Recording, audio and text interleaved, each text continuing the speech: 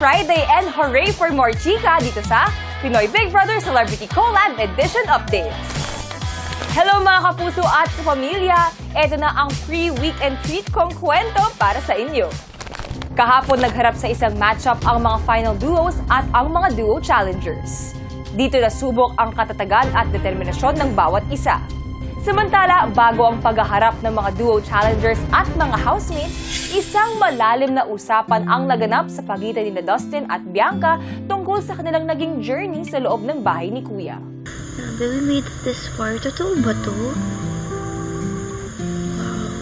Like honestly, sa lahat ng pinagdaanan natin. Hindi ko rin inakala na papatagalin pa tayo dito. Yeah. Good job, Dust. Thank you for staying. Akala ko noon susubo ka na eh. I thought you wanted to leave. Diba? Kasi nasanay tayo na hindi tayo dumusok.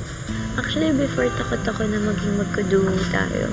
Kaya di tayo makabuti para sa isa't isa. Okay, yun pa yung maging downfall natin dito. Pero ako, personally, nararamdaman ko, nag-grow ako. Ang laki ng impact na nagagawa mo sa akin. As a housemate. Alam mo, I really wanted this to happen. Itong scenario na to, itong perfect ano na to.